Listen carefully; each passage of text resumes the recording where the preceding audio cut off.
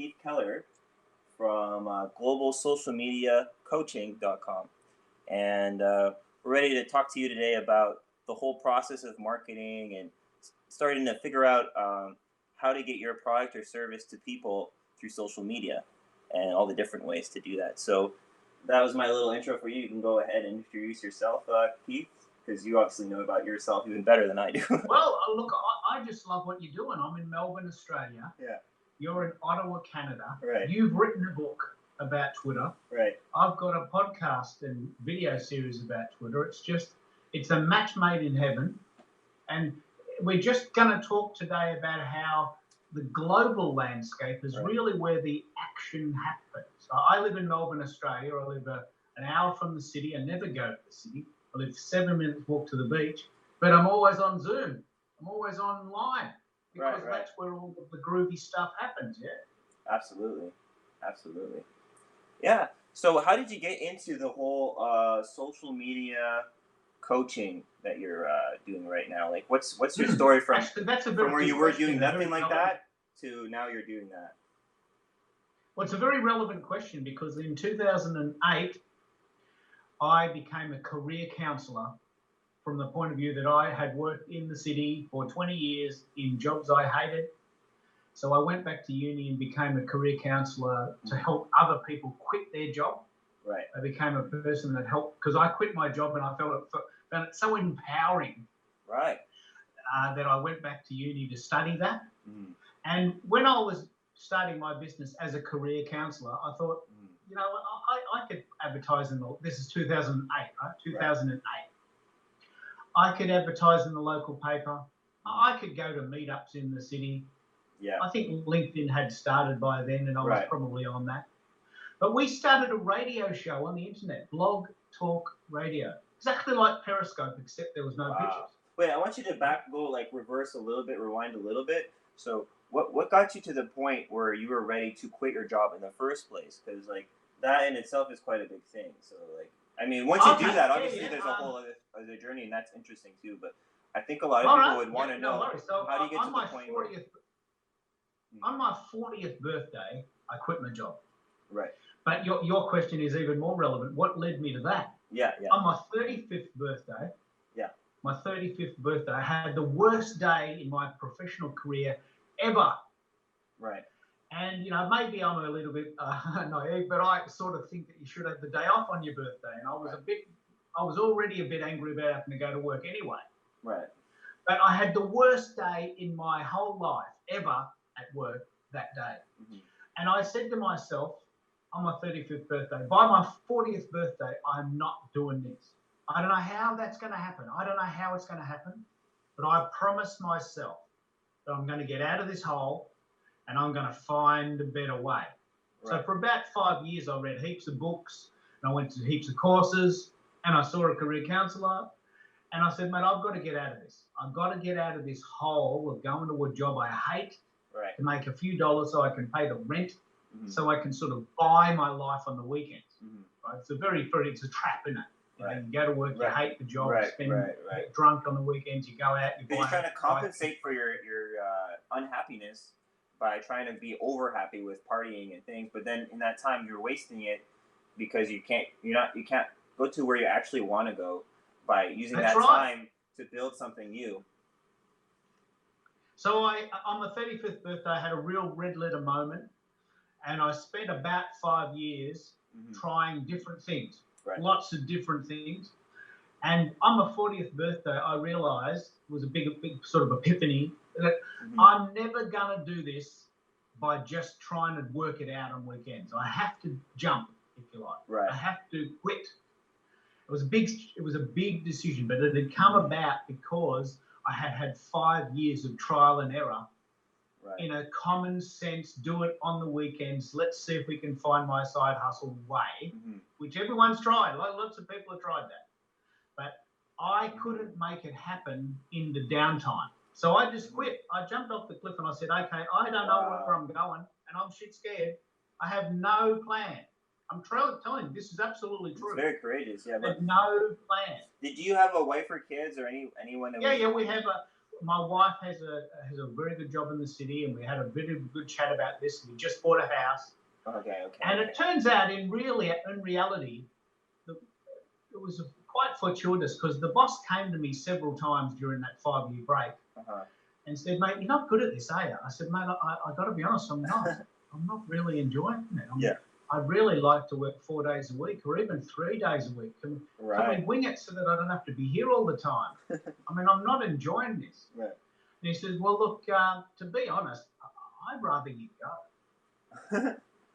You know, so in a way, the universe conspired in my favour. Right. I wanted to leave, and I had to leave. I had to say the words. They weren't going to sack me.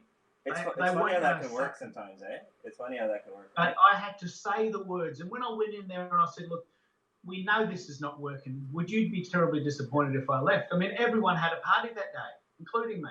Right. Because it wasn't working. So when I went back to my wife, it wasn't a surprise, maybe a bit of a shock, right? Maybe a little bit of a scary moment. But she said, "Look, I saw this coming, and you've been so unhappy that really there's no choice. I mean, there's no options." So I jumped off the cliff. I didn't really have a plan. And then I went to a career counsellor, and they said, "Your story is very fascinating, Keith. I think you would make an excellent career counsellor." Right. I said, "Well, geez, I never thought of that." She goes, "Well, you would, because you've had jobs you hated. Yeah. You've researched other options. You've taken the initiative. You've been retrenched. You got back up. Yeah. You came back. You left again. You know, your story is incredibly valuable to those people in that place that are scared to leave their jobs or don't even know where to start." I was a very valuable resource to that group because I had done it. But to answer your question as to why social media came about, is that I was asked to speak a lot, and I was, going into the city and doing gigs for Rotary and speaking all the time. And then I thought, well, why don't I just do that on the internet? Why don't I set up a radio show and record it and then put it on iTunes so that more people can hear it? Right. And on one particular day, we had like 1,800 downloads that day from around the world. Wow. And people were ringing me going, "Mate, people in my town don't say this stuff." Yeah. It's very reassuring that you've taken the initiative to leave a job not knowing what's next, because not everyone can do that. Right. And they were very fascinated to hear my story. And so I guess what I was doing is I was taking my own experiences and turning it into a bit of a system, because I know what it feels like to hate your job and just not want to even get out of bed. Right. I know what that feels like. I was there for years and years and years. So on my 40th birthday, everything opened up. This is true. Once I opened up my mind to say, "You know what, I'm so unhappy, I have to do something else," things started to happen. It does happen, They say this, it does. Because you're suddenly saying, "Look, I have left my job and I have no plan. I'm open to anything." So if you meet a guy in the street that says, "Oh, come and work for me," you've got to say yes, because you say, "Well, I've got nothing else to do." Right. So suddenly opportunities come out of nowhere. For sure. But you start looking for them as well. I mean, you become more aware of it as well. I always look at it as like an amalgamation. Like, it's both sides. It's like, on the one hand, you become more aware, and then when you're looking for it more, it kind of looks for you more, in a sense, I feel. That's right. It does happen. And it did happen. It's kind of a little side note, a little bit abstract, but I've often been thinking about that, like quantum mechanics. How can you prove quantum mechanics, right? A simple way is, if you feel somebody looking at you, but you didn't actually physically see them looking at you, but you feel it when someone's looking at you from, let's say, behind or something. Oh, yeah. And then you turn around and they are looking at you, but how do you know that if you didn't use your eyes to see them? I think that's what it is, like, basically, because in the quantum mechanics theory is when you observe something, it changes. That's right. And so therefore we could feel that we're being looked at, even though we're not necessarily using our eyes, and it's just being looked at, and that's.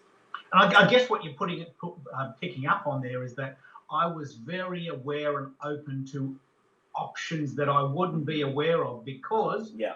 I was so stuck in my ways of getting out of bed and forcing myself to go to work. Mm-hmm.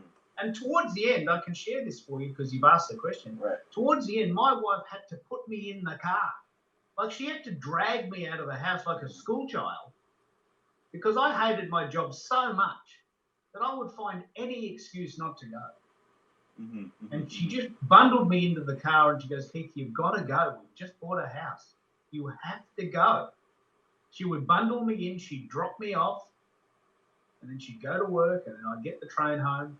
Yeah. And I felt like a school child on the first day of school, not wanting to go to school. Right. Because I was scared of what was going to happen. I was so unhappy. But really, there was no option. I was so unhappy. There was nowhere to go. Well, definitely. Even starvation was even a better option. Well, definitely, if you're going to start something like that, if you're going to build something, as we say, if we're going to actually try to go on a new frontier, so to speak, you're going to need to take some risks, right? You're going to have to be able to fail and take a lot of rejection to be able to achieve something better for yourself. So it might be like kind of an investment, even a step back or a downgrade from where you were before you can get to somewhere beyond and surpass where you once were. Yeah. Right? I mean, I'd hit the wall. I really had nowhere to go where I was going, so I really had to make a shift. And I guess looking back on it and explaining that way, explaining it, I guess I feel a sense of pride to say, well, geez, you know, I sort of outdid myself. I was so scared. You can just imagine. I was so scared. But I was so unhappy that I really had no choice. Right. Well, and because of that, I opened it up, and now look at us. Yeah, that's amazing. I had a question for you. So for the people who are going into your global social media coaching.com program, what kind of people do you find you get the most? Is it like a total smorgasbord, completely different people from completely different background, or do you find yourself a certain type of person, or maybe they're coming from different places but they have something in common that you notice? Is there anything that's a good kind of question. insights like that? There's a couple of really interesting groups. First of all, the US and Canada seem to love Twitter really well. Yeah. I get it. So I've found that Canadians and Americans dig me because of my accent and also because I've taken the time to learn Twitter. Yeah. So that's one group, Americans and Canadians. Equal amounts of women and men, but mainly women, you know, maybe 50, 60% women and some guys, because I've noticed, and I don't really want to generalize, but I've noticed guys tend to be a bit of a do-it-yourselfer. Mate, I don't need your help. I'll do this. You know? Yeah, I've kind of a, what is it, like a 40 to 60 as well, like 45 to 50, no, probably. Yeah. But I have a bit more guys than girls than women. But I think maybe that's where we are complementary here. Because I think with my book and the way I do things, it's a lot about DIY, but I really go into detail to really give you like a boost, like a lot of leverage, give you a heads up as to what you can look out for, so that you're conscientious of what there is to do and what you can leverage on the platform. But for you, I'm actually very, very inspired by your book. Thank you. Because I don't have a book, and I'm not going to write a book because I'm not a writer. Different so formats. Different your book will pick up exactly where I leave off, because my coaching style is that I talk to people. Right. And I actually coach people one-on-one, individually. Right. Yeah? I haven't got a book, and I have no intention of writing a book, because that's not the way my mind works. Yeah. I like talking to people. Yeah, and that's where I really, the rubber hits the road for me. I take someone's real life project, and I say, well, given what you've just said and the experiences that I've had, I think we could try this. Right. Let's try this idea, specific to you. But what your book would do, and I'm very happy to promote this idea, thank you so much, is that this book is available for someone that just wants a bit of a teaser in their own time. Some people like to do it themselves. Some people like to read a book and do it themselves. Great. That's not my target market. Yeah. I have no written material. I think the best way to look at my book is kind of like, imagine you bought like a piece of software, let's say Photoshop, or let's say you bought a game, like an RPG game like Skyrim or something, and you want that like advanced guide to kind of make it a lot easier to learn how to Oh, play that's the very good. game and That's a get to very where good you way want to to look at it. go or create what you want to create or achieve whatever you want to achieve. Go It's, beyond the manual. yeah, it's like the Twitter that for Twitter. That's basically what my book is, and Yeah, I think that's great. that's a very appealing to people who kind of want a heads up, like a almost acceleration on making the most of Twitter, getting the most bang for your buck. You're going to be spending your time there if In you a way, like it's it. very So important because you might as well. my wife loves to read, and she would be the sort of person that would buy a guide to book.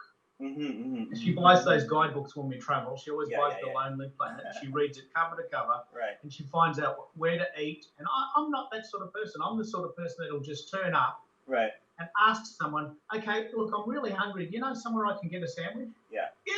Yeah. There's this place around the corner, and actually, it's really nice. If you mention that you know me, you get 20% off your second latte. Yeah, that's awesome. Good. Let's go there. That's my approach to the world. That's I'm great. more a Fantastic. kinesthetic. Yeah, Fantastic. that's my style, and Awesome. so I tend to attract people that resonate with that model. Mm-hmm.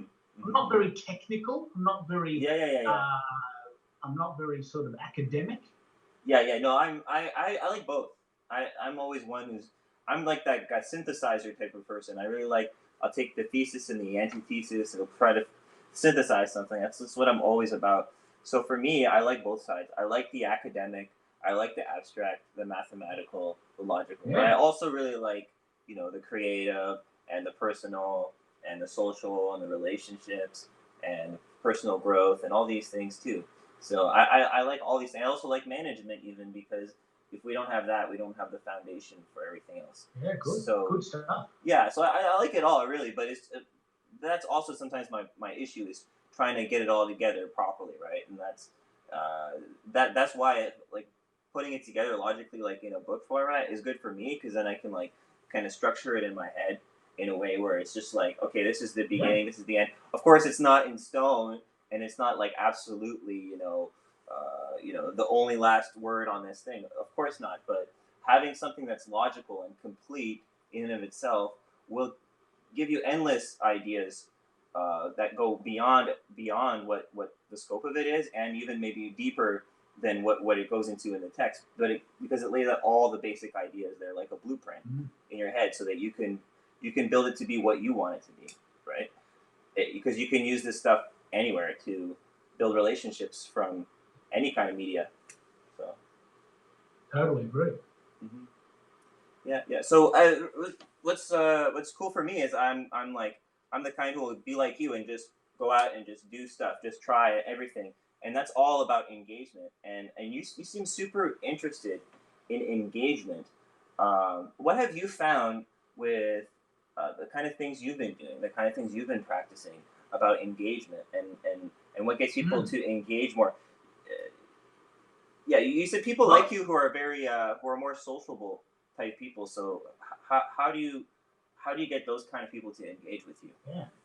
Okay, so what I do, and this might on various days look like a contradiction, but what I do myself is I tweet 10 to 1. What I mean by that is I mention myself once out of every 10 tweets. Okay. I'm always looking for cool things to share for others. Right. Mm-hmm. First. Absolutely. Yeah. And by doing that, a couple of things happen. One is I like doing it. Yeah. So it feels good. It feels good to help others, right? But second of all, when it's my turn in the sun, say for instance I did the speaking gig or we're doing a live stream next week, and then I said, look, would you mind terribly if I asked a favour this one time? And of course people are going to say, well, of course, Keith, because you are always retweeting my stuff. Yeah, it makes sense. So absolutely. I tend to hang out, and this is actually very important. I tend to hang out with people who reciprocate. Right. Because, I work really, really, really, really hard to tweet others. Right. And it does feel like a bit of a kick in the guts if they don't retweet me back. I see what you're trying to say. But I mean, like, I like what you said about... I don't do it for that reason, but some people are better than others. It's normal. Like, we'll feel it. It's totally normal to feel that. But yeah, I like what you said about 10 to 1. 10 to 1, like, in terms of, like, you really emphasize the giving, first. And I agree. I think that's really the way to go. I kind of like I said, I like to synthesize. I kind of have a hybrid approach. Like I'll try to find that like you. Actually, we were talking about this on in the messages, and you mentioned about ikigai, and that's what I want to talk about, the ikigai. Yeah. Because I kind of have a similar idea. You said that you really resonate with that idea, and you were the one who approached me about it, and then you sent me the chart about it, and I was like, and I've heard about it before many times, and it's funny because I lived in Japan, but I was not specifically into that subject, but the concept, I 100% resonate with as well, and that's kind of how I look at it. So trying to find something in between what I want to express and what the people want to get out of this whole experience. And I think the reality is, if I was only leaning towards what people wanted, what they said they wanted, it would not be as fresh or creative, you know what I mean, or original. Yeah, of course. Whereas if I only lean into what I want all the time, it's kind of not really listening to the audience and not really caring about what they think. A little bit too much to the extreme where I just lose touch with them, basically. So you want to have some touch with them. You don't want to be totally placating and like bowing to them all the time, but you also don't want to be like totally aloof and separate from them. It's more like that ikigai concept where you're finding that sweet spot between what they like and what you like. Can you explain ikigai for those who haven't heard it? So yeah, so ikigai is pretty much your passion, what you're good at, what people want you to do. Basically, finding that sweet spot between those kinds of concepts, the needs outside of yourself and within yourself, to see what is going to be that perfect sort of lane that you can stay in that's going to fulfill all those different aspects. Right. Yeah. What's your thoughts on it, on ikigai? Well, I personally love the Venn diagram idea. It's called the Venn diagram. I think there's four. Is it VIN? Four main components. Is it VIN diagram? How do you? VENN. VENN. So you can look that up. VENN to see the diagram. So a Venn diagram takes four circles, or three or two circles, and you've got what you want to do, what makes you money, what the world needs, right, and what you're good at, right. Because what you're good at might not be what the world needs, and what you like might not be what the world wants. Right? So you take those four separate elements, and then you create. If you want to create a Venn diagram, you put all of those four into a circle. I can send you this one. Send this out to you. And then you get these four circles sitting in unison, and that spot in the middle where they all meet. Yeah, because there's overlap between all the different. And when you get all those four together, what you want to do, what makes you money, what the world needs, and what you're good at, when you get those four together, and they overlap in that sweet spot right in the middle, that's called ikigai. Yeah. And what that feels like is that, hang on, I'm making money, people love me, I'm good at what I do, and I like doing it. And it's brilliant. It's just absolutely perfection. Yeah. It's perfection.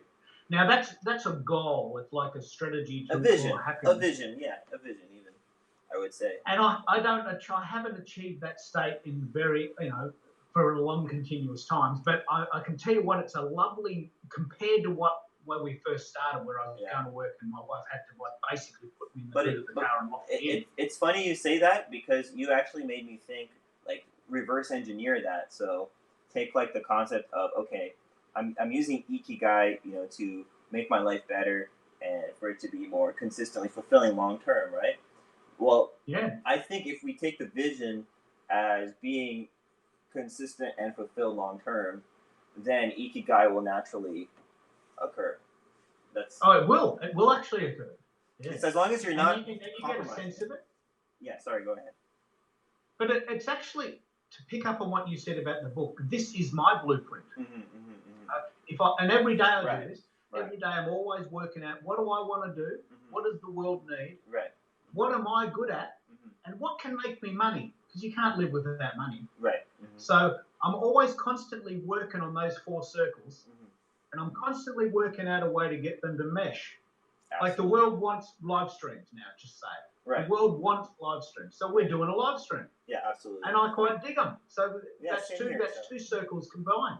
I like doing them and the world likes seeing them. So that's a Venn diagram right there. Yeah, exactly. And then if you add That's the component that I'm quite good at it and maybe I'll find a way to make money, then suddenly I've got live streaming becomes my ikigai. Yeah.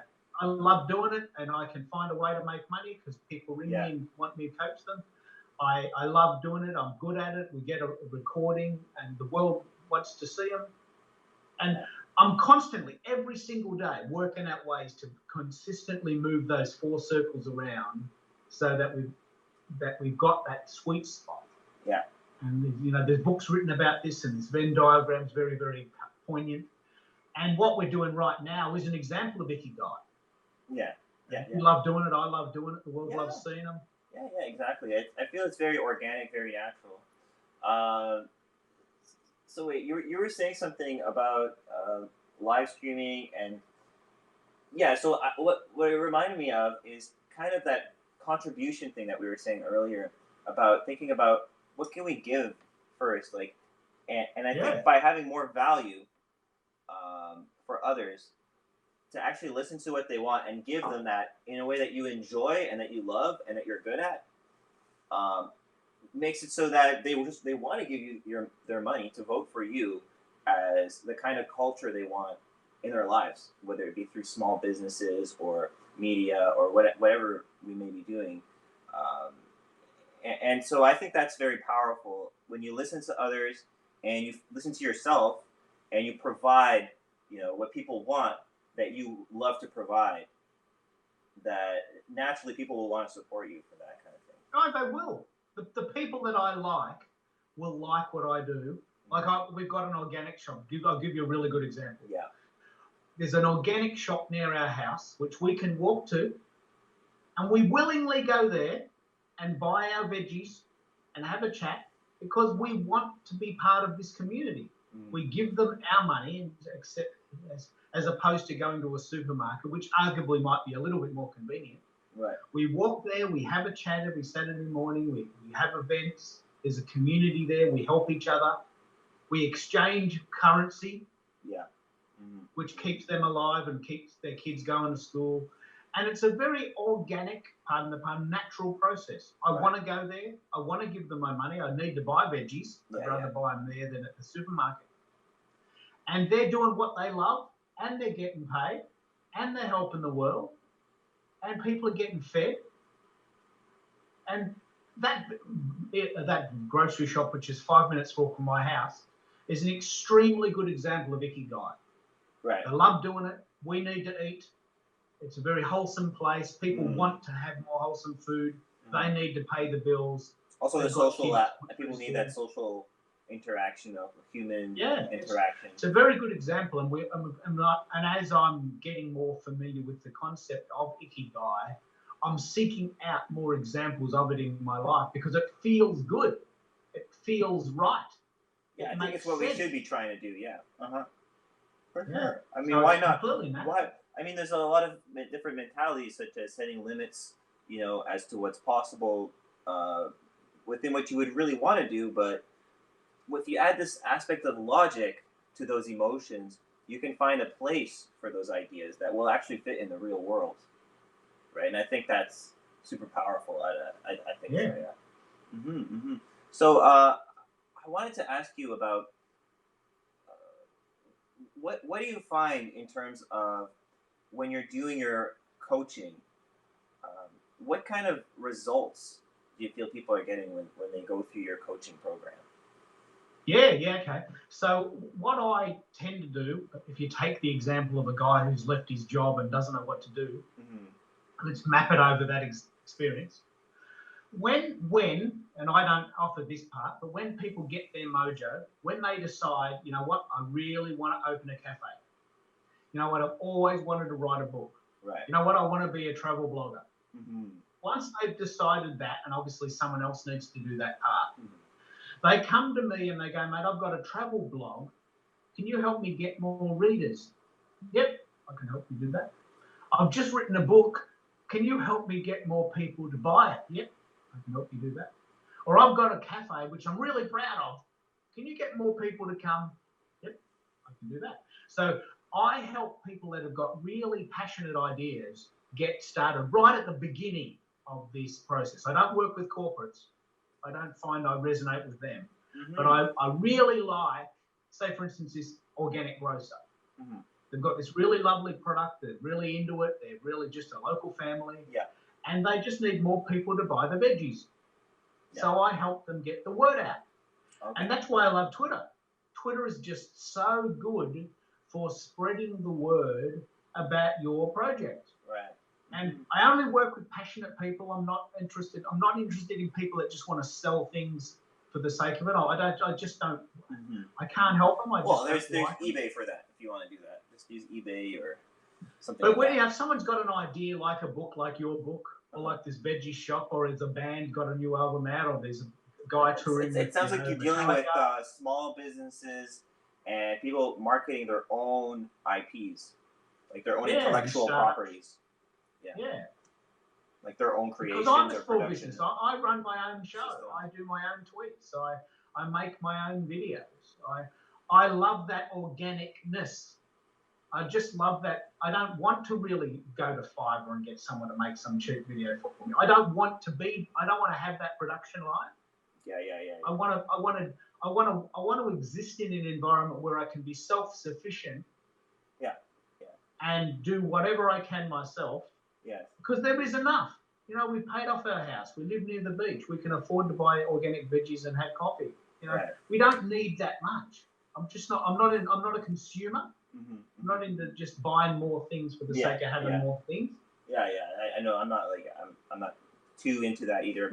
My brother is he's the kind of guy he'll always have the latest thing. You know, when it comes out, and wait till it's just at the right time. You know. And then everything lines up, and then maybe I'll get something like that. I'm more like that. I try to squeeze as much out as what I can get. Yeah. Well, not because I lack stuff. Actually, au contraire. Sometimes I feel I have too much stuff. I like to squeeze out what I can get. Like try to go quality over quantity sometimes.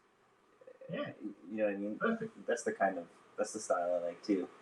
But it's a balance, right? Like, if we're going to be realistic, like if you're going to do any kind of media-based business, you need scale. Like you need to reach a lot of people.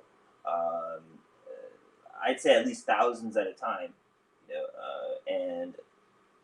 I mean hundreds at least if you got really good quality. You know, depending on your quality. But I mean, in general, over the long term, you're still going to need to reach a lot of people. So I find that. Just as we're talking about synthesizing things, that a lot of it comes down to over the long term, how can you get that quality scaled out to more people, or how can you get enough of an actual consistent business so that it's sustainable over the long term, right? Because even if you have, let's say, a high-paying client, even if you have a really high-paying client, if that client one time stops, being your client, being your customer, and that was your main source of income, then it's not really that solid of a business, right? So you do need scale, right? At the same time. Well, let me play out this. There's a couple of ideas here. One is what you love doing, streaming, and you're coming on our show to talk about this. Yeah, right. I've been exploring two really cool variations on this exact idea that you're talking about. Yeah. This idea of scaling. So the first one that you're coming on, which is on the 26th of November. Right. The social media one, right? That's on the 26th in what, Australia time? And it's on the 27th in Australia. We're always a day ahead. Okay, and so in Eastern time it would be on the 26th. I think it's 8 p.m. Eastern on the 26th. And this is through the Remo platform? That's right. And so Remo, this is a really amazing idea. To talk about what you're talking about scale. Yeah, let us know about that. So I'm one guy in Melbourne, Australia. Right. But Remo, R-E-M-O, which really sort of stands for remote working. Okay. Has got this site. The guy's based in Hong Kong. And what he does is he says, okay, well, we can have up to 8 people talking at one time in a sort of a panel type interview. Right. and we can have up to 100 people watching them Nice. in a room-style presentation, 4 or 6 to a table. Yeah. Just like you're at an event in the city. Yes. Except you don't have to go to the city. So it's like having multiple speakers to an audience live online, and each speaker can be from completely different places in the world at the same time. That's right, and a completely different colour, and they bring their tribe. So what we're trying for you is that we're going, at this stage, we've got 3 speakers. Each of those speakers might bring 10 people. So there's 30 people in the room that talk to that speaker and also others. Right, okay. So what you're doing is you're scaling. Right. You brings 10 of your friends, the other speaker brings 10 of their friends who haven't heard of you. Right. Your friends haven't heard of them. Yeah. So suddenly we're introducing ourselves to other people's cohorts, other people's tribes. Yes. All within the confines of this idea that we're sharing, because the event is completely free. Yeah. So you come to the event and you speak and I speak. Oh, that's great. I didn't know that. So it's free. It's completely free. Oh, that's awesome. Yeah. That's good. And so it's always going to be on Wednesday at 12 o'clock my time. And I'm going to experiment with this next year, but that's 8 p.m. for you. So that's Remo. You've got 8 people up the top and a possible amount of 100 people in the room hearing your material for the first time, and they may become clients. So it's like a funnel. Yeah. Well, I find that kind of thing effective, because I think if people have already committed to come all the way out of their way to come to like a webinar or some kind of training or whatever offsite, even if it's free, they're already more likely interested in what you have to offer. And especially if you give them an incentive. Like I like to think of, when people are coming live, they're kind of an exclusive little event, right? As you said. And for that, usually I like to give them something special for coming. Oh, well, let's work on. Can you give them maybe a download of your ebook or first? Yeah, chapter? Or like I'll give a discount, or I could give let's say some kind of free content or whatever that's exclusive. I have things like that I can offer. So well, let's do that for your event. And so to play that idea out, in case people haven't heard of this, the week after that, December the 5th, which is December the 4th for you, we've got an event on StreamYard. Right. StreamYard's a totally different system. What it does is it takes a file like this online, and then, and it's so amazing, it sends it to LinkedIn, Twitter, Periscope. Right. It's a multi-stream, right? Multi-streamer? YouTube and Twitch at the same time. And wait, Remo does this as well, or this is another one? No, Remo doesn't. Yeah, that makes sense. Yeah, so Remo is it's. So Remo is. But what was the name of this thing here? Just so we're clear. So Remo's like the kind of teleconferencing kind of almost panel stage event, but online, connected globally. But internal. Yes, and it's exclusive. But this and live. But this, what you're talking about now, is a multi-streamer. So if you're live streaming, it goes out to multiple channels at the same time. Up to 5 at one time. And what is that service called? It's called StreamYard. StreamYard. Okay. Good. Yeah, so that's clear. And the basic idea is that you do one session like this. We could have done this on StreamYard. Yeah. And you do this, and it then sends it to LinkedIn, Facebook, Twitter, YouTube, and Twitch, all at the same time. Now, how's that for scaling? Yeah, that's just scaling on steroids, isn't it? Yeah. It's funny. I've actually done that kind of thing without using that service, just by the way I use technology. As you were mentioning, having multiple devices. Yeah. What I do is use one computer, and on that computer I could do 2 streams, and then on top of that have a mobile device that's also streaming. So. And then have another mobile device stream at the same time. Like when I've maxed it out before, just on my experiments doing it. So like, I understand the value and how awesome it is to do that kind of thing. And obviously, if you have just one channel to do it and it's not too difficult to set up, or I don't know if there's any kind of fee or what it is, but that could be convenient. I definitely see that. I've heard of other services before, but each have their own plans and ways compatibility. And you asked before what services I offer. Well, what I do, and which is why I like to work one-on-one, is I am constantly 10 hours a day experimenting. Right. So when someone says, "Oh, Keith, I need this sort of service," I go, "Yep, I've tried that. I've had personal experience with that site, and I quite like it. I recommend this site because I've tried it. Right. You know, I've had friends of mine, good friends, that recommend sites they don't know or have never tried because the commission is very good. Right. And I said, that's dangerous. There's no way in the world that I'm going to recommend a site I've never tried. There's no way. No. It doesn't matter what the commission is. There's no way I'm going to do it. If I'm going to recommend a site, I have to try it myself. Yeah, I've had some bad experiences like that before too. Yeah, I've definitely. And I'm also that's my authenticity matrix coming in. Yeah. I mean, if someone asks me if I've used it and I say yes, I've tried it and I really like it. I haven't yet tried Remo. Next week is our first event, but I'm keen to try it because I like the idea. Right. I've tried StreamYard many times, and I'm very happy to recommend it. Yeah. Okay. I love Zoom. I've tried it. So Remo, you haven't tried it, just to be clear. So, but I mean, what I tried that time with, I was telling you before, Jeff Lizowitz, because I interviewed him before, and we did some training and all that kind of thing, and we used something called Go-To Training. But Go-To Training. Yeah. But what you described in terms of what Remo's features were, and not only in this interview, but you had sent me some information on the messages. So and I looked into it a bit. It sounds like it is better. Like it does sound like it's improved. So it's a worthwhile experiment to do this. And you're going to do what, 3 in a row, right? 3 weeks in a row. You're going to have an event on. I'm doing 2 Remos in a row, and the third one, which I hope you can join, is on StreamYard to do a comparison.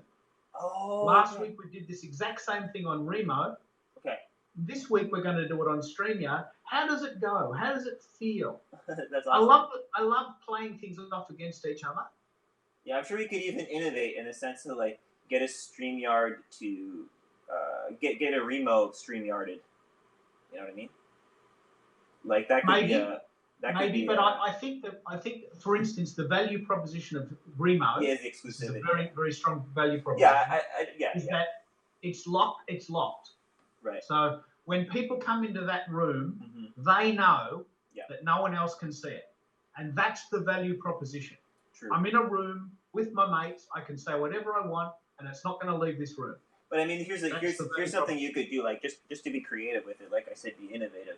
Would be, for example, if it's possible, stream a portion of the Remo event, and then say if you want to join in, now's the time because we're going to close off the public stream of this. And if you want to join in, come in on the exclusive rest of the event if you're interested in it. And I think that's some different ways you could play with it if possible. Like as you said, it's time. Usually you want to test it without it being the live event just to see if everything works. Just for fun to see if not just for fun, but to see it functions properly. But other than that, why not? Like you could play with that. I think, right? Yeah, well, that's the reason why I'm very passionate about this is because if someone's gone to the trouble of quitting their job and starting a business, they don't have time to experiment. Yeah. They don't have time to do what I do.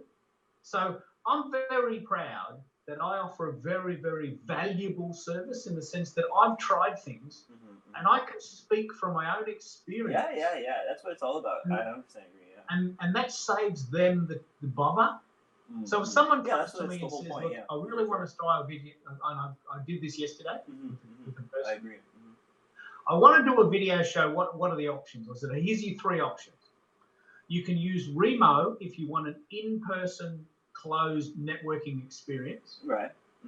You can use StreamYard if you want to have a scaled live streaming experience. Or, as we're doing right now, you can have a Zoom because Zoom is HD quality. Right. Both Remo and StreamYard are not HD. They're 720p. Yeah. And so Zoom is 1080p. Wait, okay, go ahead. Sorry. So the value proposition of Zoom, its main value proposition, is that its site is robust and the quality is excellent. Right. Okay.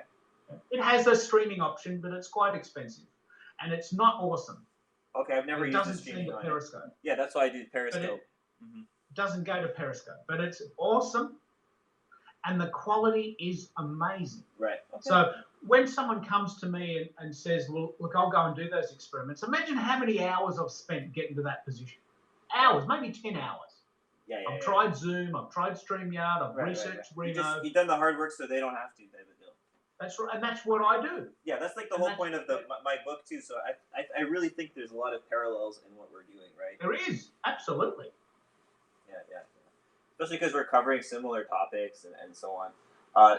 If to go a little bit into the contents, I mean, the way I structured the book is basically, it's about building your sort of base to getting kind of known. It's the whole know, like, and trust concept. So building is how you get the known part. The engagement is how you get the like part, and then the connecting is how you get the trust part of it, right? That's very clever. Yeah. Very so clever. It's basically that concept, and we're talking a lot about engagement. I think a lot of this content and this innovation and listening to people and providing them value, that's where a lot of the engagement, I think, is coming from, and that's where you start to form more warmth in your relationship, because just because somebody knows you doesn't mean they like you or even trust you, right? So that's that step of it, and then after that, it's about building those genuine relationships, even one-on-one, as you say. Like, that's ideal. Different one-on-one relationships, and this is something I wanted to bring up earlier. Have you found that by doing all of this stuff, because this is what I found personally, that it's almost as if you have these consistent relationships, so it almost becomes almost like an assistant. Twitter becomes an assistant because you have all these people who are calling to you and messaging you and keeping the conversation going with you one-on-one, so that you feel like there's a real consistency there with what you're doing every day, kind of holding yourself accountable to these people and the relationships you're building there. That is such an extremely good insight. Well, congratulate you on verbalizing that. And I'll tell you what, my personal belief system about Twitter is that everything magical happens in the DMs. Yeah, for sure. I and you'll see this, I very rarely comment in the open forum. Almost never. Right, okay. And then people could think, if they saw my tweets, they think, well, geez, he never says anything. That's because, and only I know this, that I'm DMing people 20 times a day. Right. We've already sent 4 or 5 messages just this morning, haven't we? Right. No, I like that. Like, you're sending me lots of DMs, and you're like you were saying, contributing. And they're very specific. Yeah. Like, it's based on what we're talking about. It's not just anything. So what you were saying there is that Twitter becomes like this vehicle, this assistant. Yeah, that's what we knew we had an interview today. I could have rung you, I could have emailed you, but I chose to DM you, direct message. Yeah. So what I do every morning, and this is very, very common for me, between about 6 a.m. and 10 a.m, because most of my clients are in America, I'm very busy between 6 a.m. and 10 a.m. because that's when the world is awake. Europe's still awake, and America and Canada are in their afternoon. It's my morning. So I'm catching up on all the goss that's happened that day. Right before this interview, basically, right? Up until this interview, right before. And about 10 it dies off because Europe goes to bed, and it's getting a little bit later in the day for LA and New York, and they sort of have dinner. Yeah. It's between about 6 and 10, everyone's awake. Mm-hmm. But all of that magic, and you would never know this unless I told you, all of this magic happens in DMs. Absolutely. No. I do know, but I know what you mean. Like, maybe the layman on Twitter might not know. But here's the thing. You look at the outside, and I'm not talking outside. I'm not talking in a crowded room. Yeah. I'm having someone off to the side having a coffee on a table. For sure. While we're trying to help people like that, and to let people know on these insights about how, for example, DMs will drive a lot of interest in what you're doing on social media. What I wanted to ask about was when you're actually getting into those DMs, how do you break into that, and what do you find about people who don't necessarily like to be DM'd and all these kind of issues? Because I personally know what my answer would be, but I want to hear what your take is. Because people think, okay, you're DMing people. People don't like to be DM'd all the time, or some people, they say if you DM them, they're gonna block you, or if you DM them, they say please don't DM me again. And there's all these kind of things, fear of DMing people. I think this is a really common issue. Obviously, I don't have that Fair enough. issue, and you don't have that issue, but I'm sure there's a lot of people who would be like, they have a lot of objections to DMing people. So what would you say to that? Okay. Um, the first point of call is that when someone follows me, I DM them to say thank you. Right. Right. So, for instance, when you followed me, you probably got a message to say something that's went something like, "Hey mate, how you doing? Thanks for following back. Right. How is Ottawa today?" And do you do this manually or do you do this automatically? Manually. Okay, yeah, that's the way. I agree. That's the way to go. I also recommend most of the time to do things manually as well. Because I mean, I'm not a superstar. I'm not getting like hundreds of new followers every day. Right. It's not hard. I'm not getting hundreds of new followers every day. I've reached a sort of a plateau. So I go into my Twitter followers every day, and I find the ones that really interest me, and I actually find out something. Okay, you live in Ottawa. Right. Okay, how is Ottawa today? Is it cold? Is it the winter time? Right, I've got a friend in Ottawa. Do you know her? Do you live near Justin Trudeau? Right. You know what's going on? Yeah. Congrats on that. Yeah. And so you find a really cool way to find the synergy. Right. You know, I've noticed that you live in Ottawa and you probably live near Justin Trudeau's house, and you might live near my friend. Right. Yeah. So That's right. if you respond to that, then I've opened the gate. If you don't, no worries. I'm not going to hit you every day. I'll just try. Right. I'll open the door. And if you don't want to DM, no worries. I don't mind, because I've got 58,000 followers and I'm DMing them all the time. I'm pretty busy. I don't need to go out chasing people who don't want to hear from me. Absolutely, yeah. So every day I have these conversations, today with you in Ottawa, but also already today I've had chats with people in Dublin, Ireland. Right. Some friends of mine here in Melbourne. Yeah, it's fantastic. A guy in Adelaide, some people in Perth. So yeah, another thing you made me think of, while you were saying that, is I can relate, obviously, like, oh yeah, I have so many followers. You know, if this one's not going to respond to my DM or not like me DMing them, I have another person to DM. But a lot of people don't have 50,000 followers. You know what I mean? So for them, how do you get them to start DMing people? I mean, I personally want them to DM people. I want them to build those relationships. I want them to not be afraid. But let's say someone has 500 followers or has 1,000 followers, and they're afraid. They're really precarious about those relationships. Okay. Well, look, I do have a strategy for that, and this again, it fits in with the same sort of policy. Right. What I also do, and I can tell you this very openly, what I do always, every day, is I always follow new people. Every single day. Right. I spend maybe half an hour finding cool people to follow. Nice. Always. Good idea. So what that means by default is that I followed someone on a Monday, maybe they follow me back on Tuesday, and on Wednesday I DM them. Right. Just say perfect world. Yeah. So if I follow 50 people on a Monday, say 50, 20 even, and 10 of them follow me back. Right. Well, that's 10 new people that have come into my fold to say, hey, you're doing good stuff. How you doing? It's like an olive branch, a knock on the door. Right? And I open the door. Hey, come in. What are you doing? You want a cup of tea?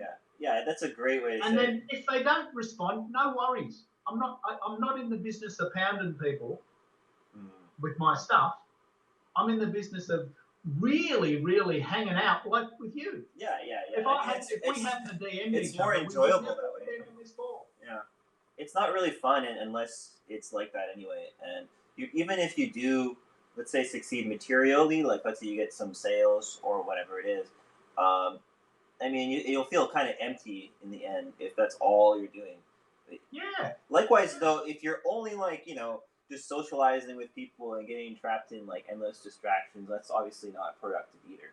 So once again, coming back to getting that balance, that perfect harmony or combination of things, and you can tie in what people want with what you want to achieve, with making money, with doing something you're good at. Right. But let me pick up on another idea. I have this idea, and I've been recently exploring this, but it's very powerful for me. It picks up on the ikigai idea. Right. I personally, in my own brain, have got my next 100 days laid out. Right. Wow, And that's it's nice. I like 100 that. days. Takes me through till about February. Uh-huh. Right? So when anyone comes into my funnel or follows me, Mm-hmm. if they fit within that 100-day plan, Mm-hmm. I go, wow, that's the person I could probably chat to about that event I'm doing in 2 weeks. I'll talk to them. Right.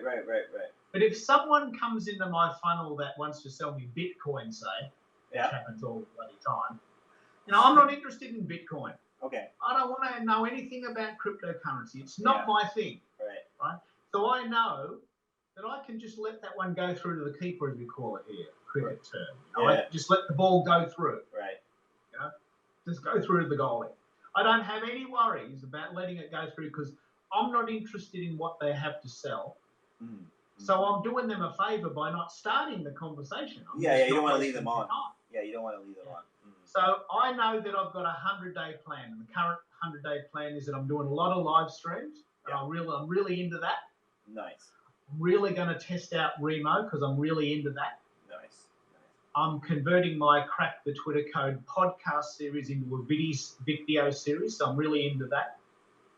And next year, I'm going to explore more about doing some videos on my camera in the city because I realised myself that I've got a little bit too addicted to staying at home in front of the computer. Right. And I'm aware that that's a weakness in my strategy. So I'm going to, on my own personal level, go out more. Yeah. And just interview people in the street. Good idea. That I've arranged for a prior, not just randomly. Mm-hmm. And so I've got goals in my head. And so if someone comes into my field and I go, wow, there's a person that lives in Melbourne, maybe they could fit in with my interview in the city. Or there's a person that's got a live stream, maybe I could go on their show. Or there's a person that might need my Twitter help. I might talk to them about my video series. I'm constantly thinking about these goals that I have. And it fits in with Ikigai. And I can tell you, crypto is one of those things that really pisses me off. I'm not interested in crypto, so please stop telling me about it. But of course, you don't know that. If you didn't know that I'm not into it, you don't know. Yeah, well, not everyone's going to be an early adopter. About crypto. Not everybody's going to be early adopter, right? And if it does become something truly substantial, you won't need some random person to tell you about it. Like it will be part of mainstream society if that's where it goes. And that's a very good example. Crypto, it happens all the time. That's the one thing I'm getting a lot of. So I think I'm doing them a favour by not engaging because I'm not interested. Right. So it saves us wasting each other's time. And that just comes back to discernment. It comes back to the 4 circles, doesn't it? What am I good at? What makes me money? What does the world need? Yeah. And what do I want to do? Right. It fits in with those 4 circles and always constantly coming back to that very sweet spot in the middle. Yeah. Right. I guess it's self-awareness, isn't it? Absolutely, yes. Self-awareness and also, I think, awareness of others, in the world around you and how you fit in, I think is also part of it, right? Yeah. So in terms of Ikigai, does that include that whole concept of like thinking 100 days ahead? Because I remember actually when I lived in Japan, one of my bosses there, he was telling me something about how you think about where you want to get to, your goal, and then you kind of go backwards from there and see what are all the steps you're going to need to take to get to that point. And back to today, what step are you going to take today to get yourself to that point within that time? Is that part of it, or? Yeah, well, it's funny you say that because the 100-day component actually came, and I can tell you this for sure now that you're asking. Yeah. That I have a 10,000-day plan. Wow. Can you believe it? I have a 10,000-day plan. That's pretty. Now, when I say that to people, they freak it out because it's about 30 years. Right. So I know exactly where I'm going to be on my 80th birthday. Wow. Which is 27 years away. Nice. Right? Well, and who knows? You might live a lot longer than you think. I mean, these days. I might. I might. That's not the end. But that's where I. That's where I. What you're. Yeah. Go where you're going. So look, it might not happen. Who can tell for sure? But I've got a 10,000-day plan. It totally reminds me of. So to bring that back to something manageable. Yeah. I then decided within myself. Yeah. To have a 100-day plan. That makes sense. Right? So the 100-day plan is basically very, very, very small version of the 10,000-day plan. Yeah. And I know exactly what I want to achieve on my 80th birthday. So what I'm doing in the next 100 days feeds into, to answer your exact question, feeds into that 10,000-day plan. I've already done a 2,000-day plan, which takes me up to my 60th birthday. Nice. So I know now that I've got 20 100-day plans to get to 60. Yeah. Mm-hmm. And 1,000. 100. Yeah. 1,000-day, 100-day plans to get to 10,000, right? Right. So, other than thinking like today, I'm not as diligent. I'm thinking, what do I need today to get to my 100-day plan? Because I've got a bigger plan. My 10,000-day plan is where I want to be when I'm 80. Yeah. My 2,000-day plan is where I want to be when I'm 60. Right.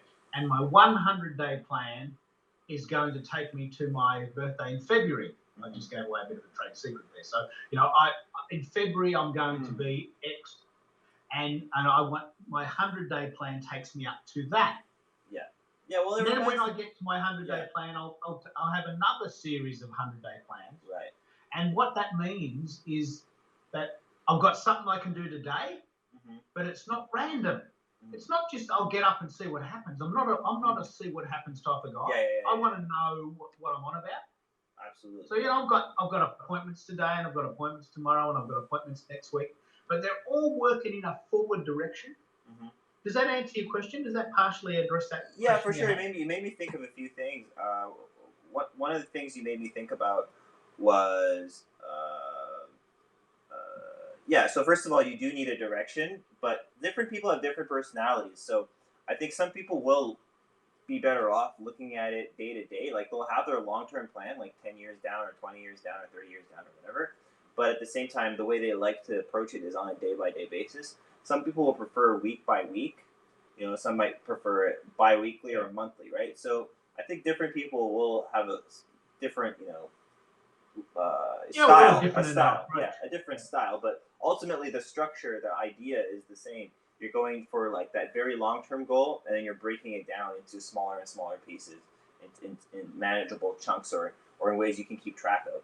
So you have that, compass where you want to go, but you also know what you need to do to get there, to the destination, and get around the obstacle or whatever. The reason why that's really important, I'll tell you why this is really important. For two reasons, which probably are the direct opposite of each other. One is I personally don't want to be bound by saying, I have to do this today.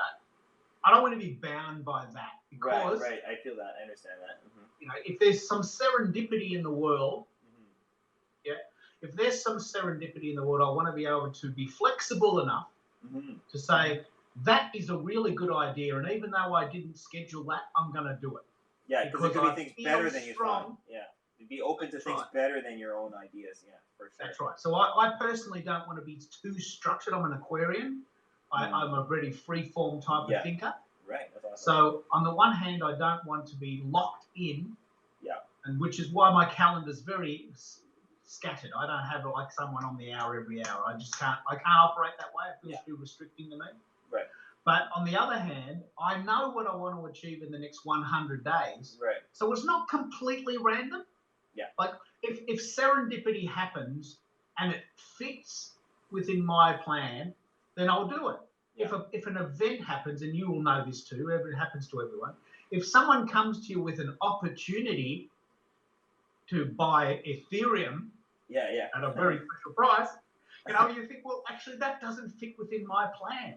I know that probably sounds very exciting to you, but that's not where I'm going. And I'm confident that that's a distraction. Once again, if you have this self-awareness, you go with what you know. You go with what you know. I think someone who's like very, in depth in that kind of technology, to them, ironically, they might not need someone else to help them. They just do it themselves. But they would see the value in that kind of thing more easily, albeit the context would be different. Right? Yeah. You remind me of a couple other things, still from everything you were saying. So one was Jeff Bezos, because he says that as well. Like you think about, he's got a plan for when he's 80 backwards until where he is, right? Like Yeah. he's got the same idea. That was one thing. Obviously, if he's doing that, it's not ineffective idea, probably. At least for business, or achieving things. and then the other thing you made me think about was this book called The One Thing by, I think it's Kevin Keller, I think his name. But anyway, Wow. The One Thing, and he owns the largest real estate company in the world, I think, if I understand that correctly. And Keller Williams. No, not Keller Williams. It was Kevin Keller, I think. I have the book over here anyway. It's The One Thing. And the real estate agency might be called Keller Williams. Oh, maybe, yeah, that would make sense. Because Kevin Keller, yeah. So anyway, so he has a great concept. The whole book's about trying to find your one thing. It's that one thing that will make everything else easier or unnecessary. So once you get that thing done, it's like a domino effect, and all the other things are easier to achieve or unnecessary, right?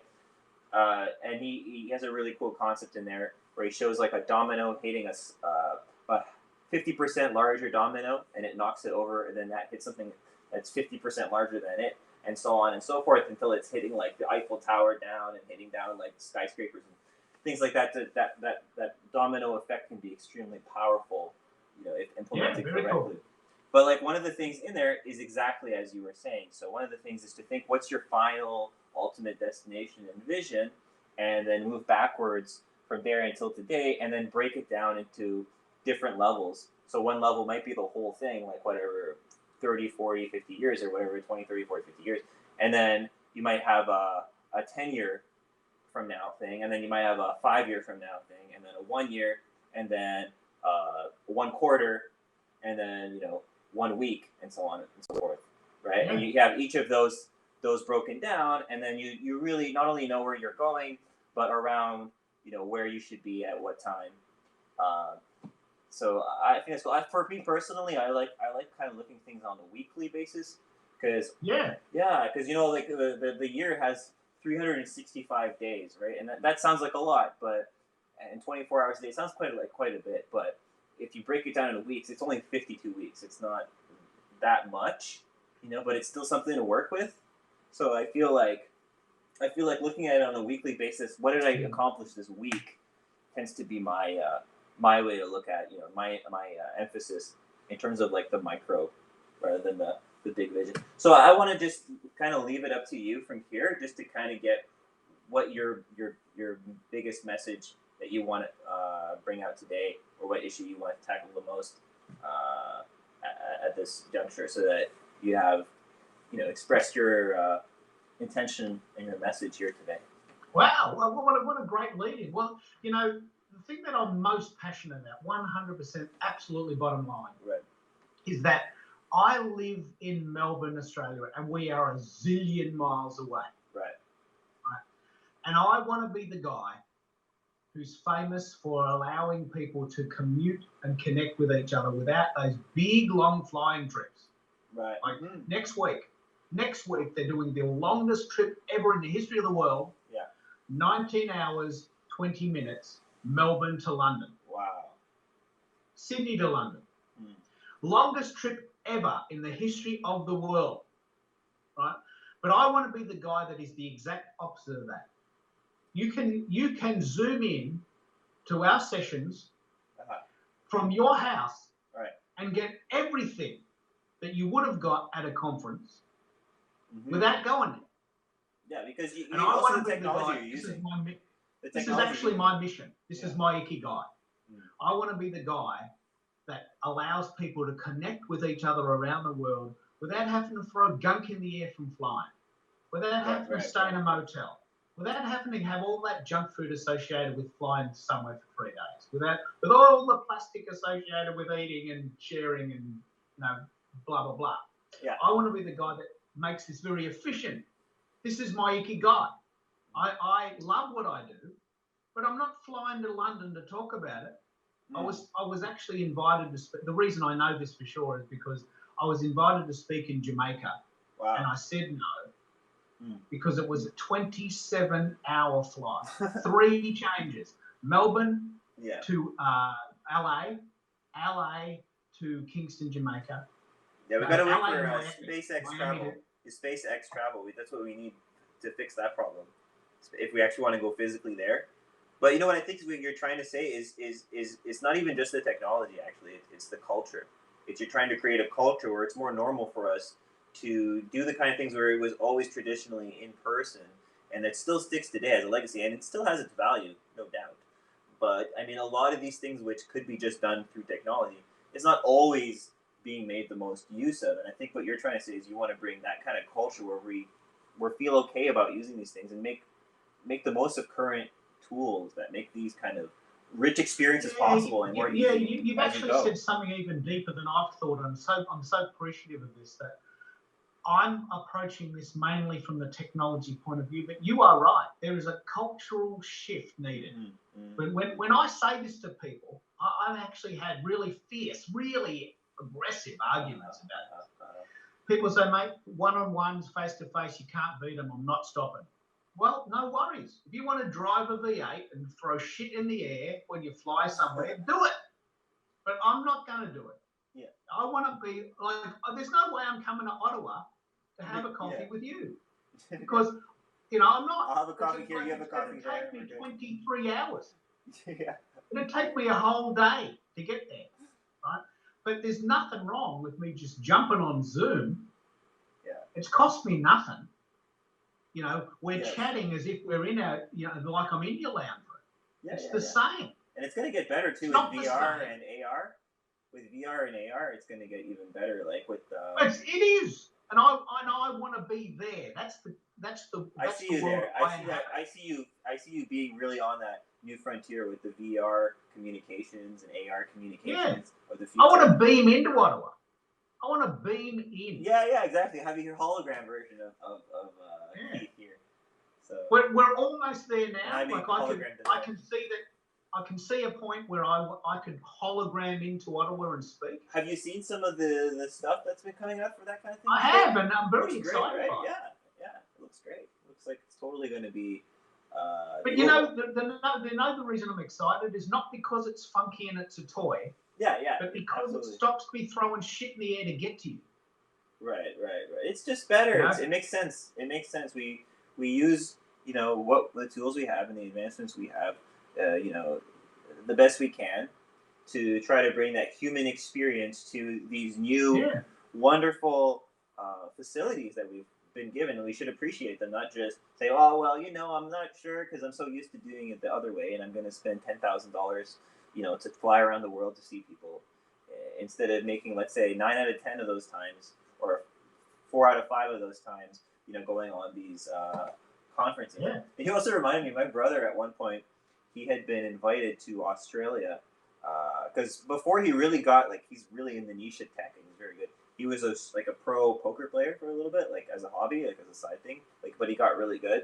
So he was invited to play in Australia, and then he said after he came back, he's like, never again. I'm never going on a 30-hour trip to somewhere just for, you know, this kind of event.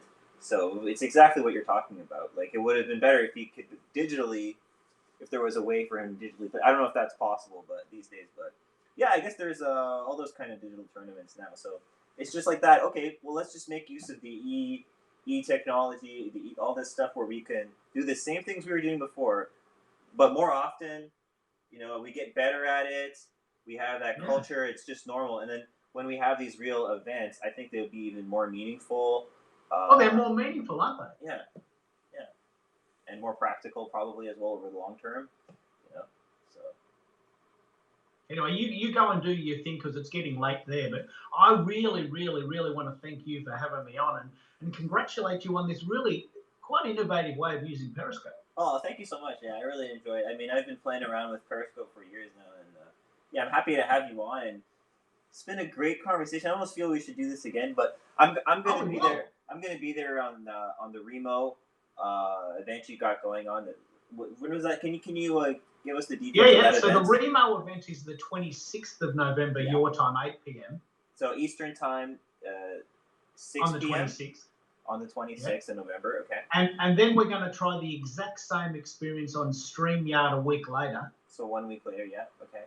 which is going to be Thursday the Yeah. 5th. I'm not sure if I'll be at that one. I don't know if I'll be at that one, but You can come to both if you yeah, want. we'll see. We'll see. I mean, like I'll see what my schedule's like because I might have some things, but if I can make it, I'll go to that too. But I'll definitely be on the 26th there, and you can check out what's his other happening stuff. there is we're exactly talking about what's happening here. I'm experimenting with Remo and with live stream from the exact point of view that I don't want you to come to Australia to speak. I don't want you to. I don't want you to have to. Right. Mm-hmm. I don't want you to get on that plane to London and spend 19 hours of your life in a chair. I mean, that's hell on earth for me. 19 hours on a plane in one spot, flying in a tin can in the air. It's stupid. What a stupid idea. Well, you'll like it when the SpaceX has their thing. It'll be like less than an hour to get around the world, right? Yeah, maybe. Okay, that's a different sort of proposition. But yeah, that's I think you'd be down. Anyway, you do your thing. Send me the file and send me the recording, and I'll chop it up a bit. Oh, all right, sounds great. Well, I can send you the Periscope replay.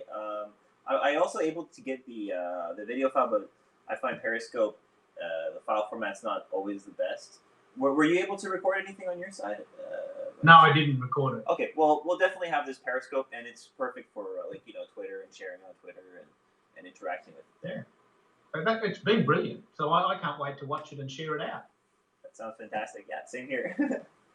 All right, I'll see you in a week. All right, it's been a pleasure to have you on. Thanks for coming on, and thanks for sharing all your insights and everything. That's been amazing. They're great questions, just brilliant questions. Thank you. You're a great guest. That's why I feel I can come up with that kind of stuff because you inspire me for that kind of thing. All right. Well, let's put this one on Periscope and get it out there, and I'll talk to you later. All right, sounds great. Well, let's just say goodbye to everybody out there, and so take care. I hope you got some value out of the stream, and so that was Keith Keller. You can check him out at globalsocialmediacoaching.com. All right, thank you. Take care. See you.